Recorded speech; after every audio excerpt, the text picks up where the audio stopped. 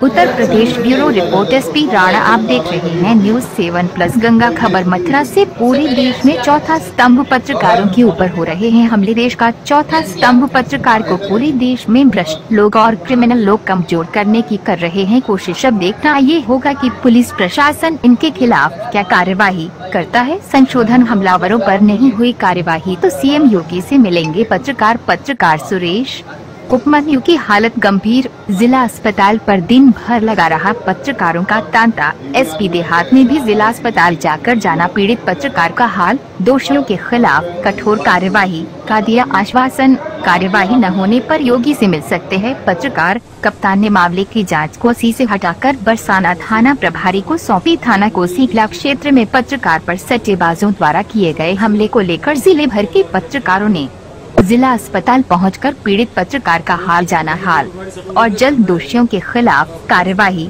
की मांग की। वही सीएम योगी के सामने में मामले को रखने की बात कही।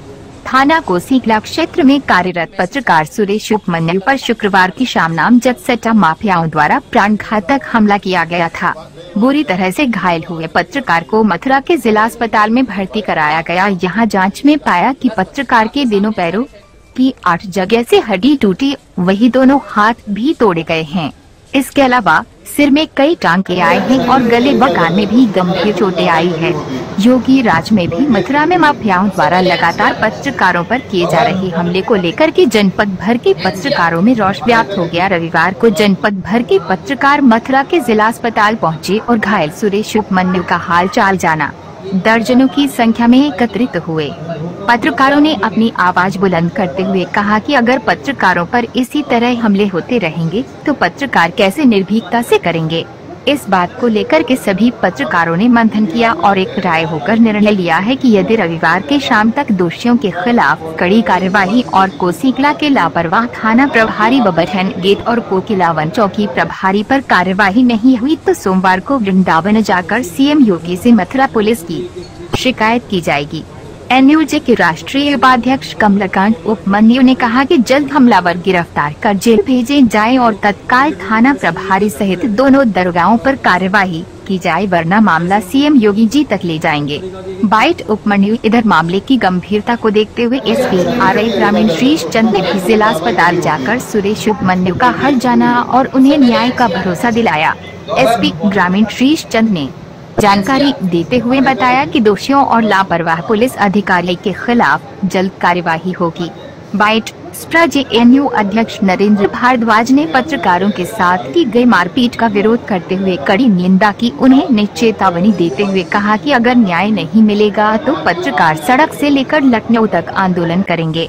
वाइट जेएनयू पत्रकार यूनियन अध्यक्ष नरेंद्र भारद्वाज। मालूम है कि एसपी देहात साहब यहाँ आए। इससे पहले वरिष्ठ पत्रकार नितिन गौतम और हमारे इन्होंने कप्तान साहब से बात की थी। कप्तान साहब से पीड़िता की भी बात कराई और उसमें ये हुआ कि कई चीज़ें नए फैक्ट निकल के आई हैं। जैसे एनसीआर बरसाने में इनसे कहा था, जब इनके आदेश से हुई थी एसपी आरआई साहब से। आज पूछा कि आपकी रिपोर्ट दर्ज हुई? बोले रिपोर्ट नहीं, एनसीआर दर्ज की थी। लेकिन उसको लेकर के हमारे तहसील के उपजाके पदाधिकारी और ये खुद पीड़ित सुरेश, ये जब एसओ साहब के पास गए तो ये चीज़ नई निकल के आई कि उन्होंने कुछ इस तरह की बातें की जो उनको उस पद पर रहते नहीं कहनी चाहिए थी।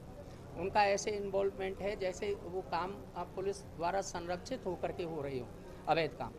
तो इन्होंने जब खबर लिखी और माफियाओं ने उनको मारा और जो नेम्ड अभियुक्त है उसको बचाने की जो बात हो रही है वो खुद थाने क्यों गया जब तक रिपोर्ट भी नहीं की थी? पत्रकारों ने कई ने ये पूछा।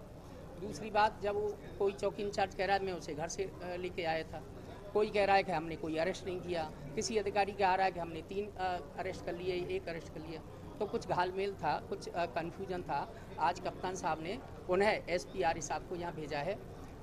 यहाँ सारे पत्रकारों ने के बीच में एक बातचीत हुई है। उन्होंने भरोसा दिलाया है कि इस पर शाम तक कार्रवाई होगी और रिपोर्ट हम जो पीड़ित की है वो समुचित धाराओं में हो चुकी है, बस गिरफ्तारी होना शेष है। आगे अगर हमारे साथ यही रवैया रहा और टालम टूल हुई या धाराएं हटाई गई, अभियुक्तों को बचाया गया, तो हम सड़क पे आकर के इसके खिलाफ आवाज। अगर आज जल्दी कार्रवाई नहीं होती तो क्या कल मुख्यमंत्री से मिलने का कार्यक्रम है आप लोगों का? भरोसा दिलाया गया शाम तक कार्रवाई होगी, नहीं होगी तो जो भी सब पत्रकार साथियों की राय होगी वो सब काम होंगे। यहाँ जो हमारे पत्रकार साथी पे हमला हुआ है, आपने उनसे मुलाकात की है, किस तरह की जानकारी और क्या कार्रवाई करेंगे? पन्नू जी ने एक एप्लीकेशन पूर्व में दी थी, इस संदर्भ में उन्होंने बताया कि कार्रवाई नहीं हुई है।